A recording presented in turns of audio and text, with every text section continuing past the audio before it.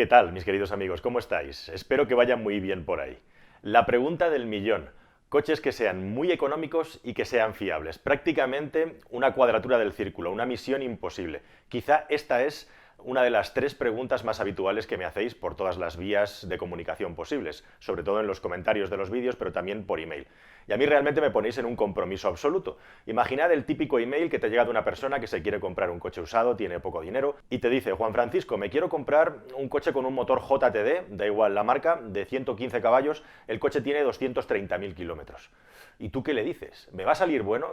¿Es una buena compra? ¿Es fiable? Con 230.000 kilómetros, con 15 años de antigüedad, ¿tú qué le dices? Este es un problema, porque realmente los vehículos baratos, estamos hablando de coches mileuristas, que es de lo que os voy a hablar hoy aquí, son vehículos que han pasado ya por varias manos, que han pasado por, digamos, todo el proceso de su vida útil y han llegado a un momento en el que la gente se desprende de ellos porque ya les ha dado servicio, porque están empezando a renquear, y es un momento complicado para poder recomendar un coche, el más complicado, sobre todo porque todos los factores de fiabilidad de ese vehículo, de si ha salido bueno o malo en el mercado, son menos importantes que el estado en el que está, cómo se ha tratado y cómo se ha mantenido. Ahí está la clave, que es que realmente llegados a esas edades, kilometrajes y por lo tanto precios en el mercado, es mucho más importante en qué momento de mantenimiento está el vehículo, cuántas cosas se han reparado y cómo se ha mantenido, que si ese coche en concreto es más o menos fiable. O sea, estamos al final de la vida útil del vehículo y por lo tanto el vehículo en sí, digamos que es lo menos importante. Cómo se ha tratado y el dinero invertido en el vehículo es lo realmente importante. Bueno, si tenemos en claro este matiz, si tenemos en cuenta este asunto que es importantísimo para entenderlo,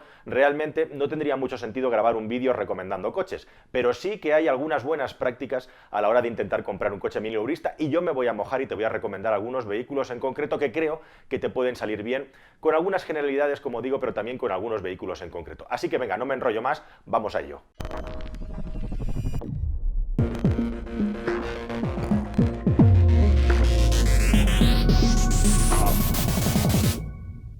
Bueno, realmente te he dicho la clave al principio del vídeo. Cuando te vayas a comprar un vehículo de este tipo, lo más importante es que te puedan demostrar su hoja de servicio y su hoja de mantenimiento. En los primeros 5 o 8 años de vida del vehículo todo es muy bonito, todo es muy fácil y realmente lo complicado empieza más o menos entre los 80 y los 120.000 kilómetros de un coche, que es cuando tienen que empezar a hacérsele los mantenimientos más caros. Hablamos, por supuesto, de un vehículo de combustión, que es el que estás buscando. Entonces, a partir de ahí, lógicamente, cuántas manos han pasado por el coche, de qué manera se ha utilizado el coche, si ciudad o carretera. Piensa que 100.000 kilómetros en ciudad pueden ser mucho peores que 200.000 en carretera.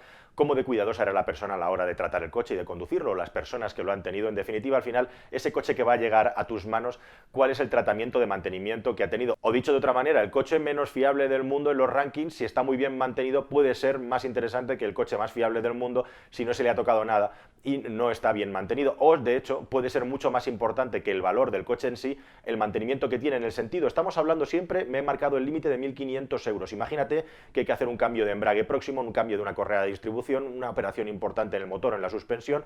Eso es mucho más importante incluso que el coche que te estás comprando o el valor que tiene o si era más o menos fiable. Todos esos factores ahora son los más importantes a la hora de comprar un coche. ¿Qué vehículos pueden ser interesantes sobre los 1.500, máximo 2.000 euros? Bueno, pues vehículos básicamente yo lo que te recomiendo es que sean lo más sencillo posible. Eso implica que si es posible el coche no tenga turbo y si es posible también que sean coches con el mínimo equipamiento, digamos, electrónico, etcétera, etcétera, dentro de las necesidades que tú tengas. Si has seguido mis vídeos también sabrás que llegado al mercado de segunda mano es curioso e interesante porque cuanto más grande es un vehículo, más se deprecia y viceversa, cuanto más pequeñito es el coche, más se aprecia o más mantiene su valor. Y esto es así porque la mayoría de personas vivimos en ciudades y los coches pequeños, para comenzar a conducir, para empezar a andar, los coches más baratos son los más solicitados y hay cierta demanda de este coche, de este tipo de coche pequeño. Pero hay oportunidades y formas de comprar bien. Por supuesto, hay vehículos que están totalmente con un precio totalmente disparatado. Ahí tenéis un buen ejemplo, por ejemplo, un Volkswagen Lupo, todavía te los puedes encontrar por ahí por 6 o 7.000 euros, mientras que un Seat Arosa 1.4, que es esencialmente el mismo coche con peores acabados y otro motor, en el caso de la versión GTI, no es el caso, te lo vas a poder encontrar de una manera mucho más económica y te va a dar el mismo servicio, ¿no? O sea que hay que buscar, lógicamente, ir a vehículos que tengan un valor de producto que todavía sea bueno. ¿Qué coches, ya entrando en concreto en la segunda parte de la entrada, creo que pueden ser interesantes para ti? Como digo, vehículos que para empezar no tengan turbo, no tengan componentes complejos en el motor, salvo que vayas buscando algo específico. Estamos pensando siempre en alguien que quiere comprar su primer coche o que quiere comprar un coche muy barato para que le dé servicio, no un deportivo o un vehículo con ciertas prestaciones que sería objeto de otros vídeos. Bueno, pues para empezar, que el vehículo sea atmosférico. El retrato robot sería un coche pequeño o mediano que tenga el motor atmosférico y de gasolina. Esos serían para mí los tres elementos esenciales, porque digamos que son los vehículos más sencillos mecánicamente y que tienen menos cosas susceptibles de ser estropeadas. Si te encuentras con un vehículo pequeño o mediano de gasolina con una potencia específica pequeño, ¿qué quiere decir eso? Pues que no tenga mucha potencia en relación a la cilindrada. Estamos hablando pues desde un motor 1.0 de un Renault Clio, por ejemplo, sería una buena opción, o un Toyota Aygo, un Citroën C1, o un vehículo de ese tipo mini, que muchas veces no consideramos, pero son vehículos muy interesantes porque dan muy buen resultado. El Peugeot 107 para ciudad específicamente son coches que te recomendaría perfectamente, coches mega sencillos, con motores suficientes para moverte por ciudad y circunvalaciones, que te van a dar muy pocos problemas si han estado bien mantenidos. Como veis, estamos tirando por motores de gasolina que yo iría entre el 1.0 y el 1.4, y vehículos sencillos en los que no haya muchas cosas que se puedan estropear. Esos coches de los que te he hablado son interesantes. Quizá en relación al tamaño puedas encontrar coches más grandes por un precio parecido, pero van a ser un poco más complejos. Hablando de coches más grandes, por ejemplo, me parece una muy buena compra un Toyota Yaris. En su día era el coche más fiable del mercado, estamos hablando de los Yaris entre 2000 y 2005 aproximadamente, un Yaris 1.0, un Yaris 1.3, una opción muy interesante como vehículo urbano con el que puedes salir a la carretera, igual que el Clio, con el que puede salir a la carretera, igual que el Clio o un vehículo equivalente, siempre gasolina, estoy hablando. Y también ya yendo a vehículos compactos, es interesante pues versiones tanto 1.4, 1.6 o 2.0, yo te recomiendo quizá coches franceses, por ejemplo el Peugeot 307. Un momento, sí, he dicho el Peugeot 307. Estarás diciendo, oye, Juan Francisco, que yo te sigo, tío, que no hace mucho publicaste un vídeo de los peores coches que se han fabricado y en tu ranking estaba el Peugeot 307. Pues sí, es verdad. Déjame que te cuente una anécdota.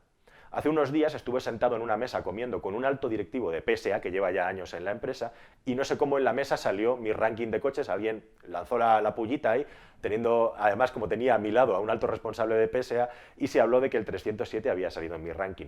Esa persona me reconoció que en ese momento ese coche ha sido el vehículo de la marca, del grupo en general, que ha tenido más devoluciones en el lanzamiento por parte de usuarios, porque es que el coche no iba con el problema que tenía del multiplexado.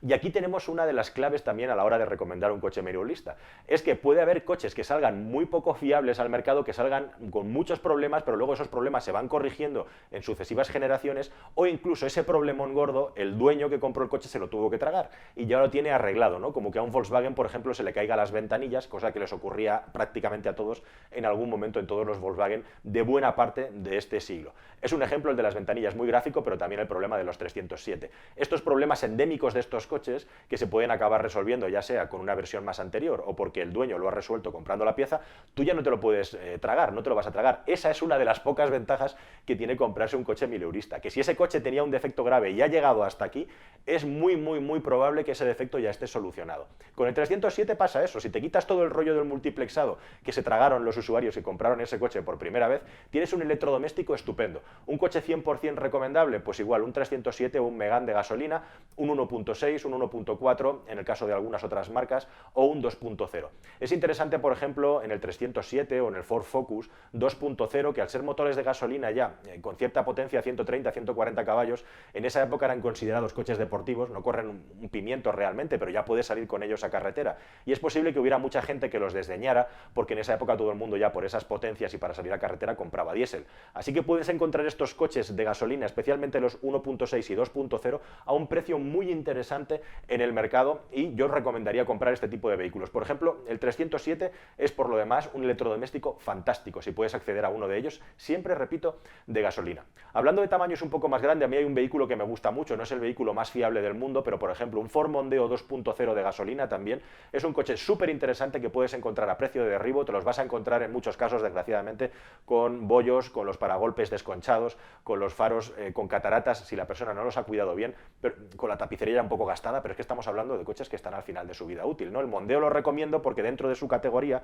o incluso un Laguna, aunque los Lagunas son más problemáticos de electrónica, el Mondeo iba muy bien en carretera. Es un vehículo fantástico para conducir y es alucinante que hoy en día puedas tener por 1000 y pico euros un coche que va mucho mejor que muchos coches que valen entre 20 y 30.000 euros nuevos hoy en día. Por eso lo recomiendo, pensando más en un vehículo que sirva para la familia, con un maletero gigantesco y que además tiene un tacto de conducción muy bueno. bueno, pues te vas a tener que rascar un poco el bolsillo si lo quieres dejar perfecto, pero es un vehículo interesante. Y hablando un poco de esto también, volviendo a los coches pequeños, antes de hablar de diésel, también vamos a hablar un poquito de diésel, en general los vehículos japoneses pequeños han salido muy buenos. Y esto me da pie para introducir otra pista más, aparte de esos fallos que puede que hayan llegado a ti en el coche ya totalmente solucionados. Como veis, no estoy hablando de vehículos con turbo, porque el turbo, llegados a este punto, es un gran foco de problemas, igual que el embrague, que la correa y la cadena de distribución. Todo eso hay que tener muy claro si se ha cambiado y no cuándo, porque puede acabar costándote igual o más que el propio coche de 1.000-1.500 euros que te vas a comprar. Pero volviendo a los vehículos japoneses, comentar también el precio de los recambios. Os pongo un ejemplo. Yo hace un tiempo estuve tentado de comprarme un Citroën C5 V6, que no es un coche al que le tengo ningún tipo de aprecio, pero es una auténtica alfombra rodante para carretera. Yo lo quería para algo muy específico relacionado con mi profesión, que es rodar con coches, y es uno de los mejores coches que hay en ese sentido por la suspensión hidroneumática. Entonces te vas a mirar y dices, ostras, es que los Citroën C6, que es un vehículo todavía un pelín por encima en todos los sentidos, sobre todo en lo más avanzado de la suspensión, prácticamente es igual, pero un Citroën C6 mola y están tirados de precio también en el mercado de segunda mano. Entonces dices, ostras, pues me compro un Citroën C6 por el mismo precio y tengo una cosa molona. Pero es que luego resulta que hay una segunda parte, la cara B, que es el precio de los recambios. Se te rompe algo en el C5, se te rompe algo equivalente en el C6 y resulta que en el C6 te va a costar el triple o el cuádruple. Entonces, el C5 me va a dar exactamente el mismo servicio para lo que necesito, una alfombra rodante para colocarle cámaras. Me va a dar exactamente un coste por kilómetro incluso inferior y sobre todo cuando tenga algún problema, alguna avería, me voy a ahorrar un montón de dinero, además del dinero que me he ahorrado en comprarme un C5 V6 que vale 1.500 euros frente a un C6 que me va a costar 4 o 5.000. Está bien claro, ¿no? Con esto quiero decir que muchos vehículos japoneses pequeños, que son de los que os quería hablar, como el Yaris, son vehículos de lo más fiable que hay en el mercado. El Mazda 2, otro coche bastante poco habitual, un vehículo muy interesante. El Honda Jazz, otro vehículo súper interesante, que hay muy pocos, súper interesantes, siempre hablando de vehículos fiables baratos, ¿vale? Bueno, pues son vehículos que efectivamente cuesta de encontrar porque no hay muchos y tienen el problema de que a lo mejor en el asunto de las piezas pueden ir en desventaja respecto a otros vehículos que son menos fiables. Otra de las cosas que hay que tener en cuenta cuando tu coste de adquisición del vehículo prácticamente es nulo. Si te fijas, estás prácticamente gastándote cero en comprar un coche y realmente lo que estás comprando es un gasto que vas a tener a nivel de reparaciones, mantenimientos, etcétera, etcétera. Pero todos estos vehículos que os estoy contando, yo os los recomendaría como algunos de los más interesantes, siempre teniendo en cuenta, siempre teniendo en mente, en la cabeza, que el trato que se le ha dado y el mantenimiento que tienen pendiente es mucho más importante que lo fiable que fue su coche, ese coche a lo largo de su vida útil. Bueno, y terminando por el diésel también, si realmente necesitas un diésel, algo que yo no recomiendo, salvo que hagas más de 20.000 kilómetros al año, personalmente yo tengo una experiencia muy buena después de hacer un estudio con los motores HDI de 90 caballos. Te recomiendo que te compres la relación entre motor con la mayor cilindrada y la menor potencia. Por ejemplo, un vehículo muy interesante es el que tenga el motor 2.0 HDI, mucho más interesante que los motores TDI. Si te quieres comprar un TDI, vete a la mínima potencia. Yo te recomiendo siempre 4 cilindros, no los de 3, 4 cilindros y 90 caballos. En los HDI lo sabemos, yo compré un 206 HDI para mi programa de televisión que arreglamos completamente y es el coche que mejor ha salido de los que tuvieron vida en el programa.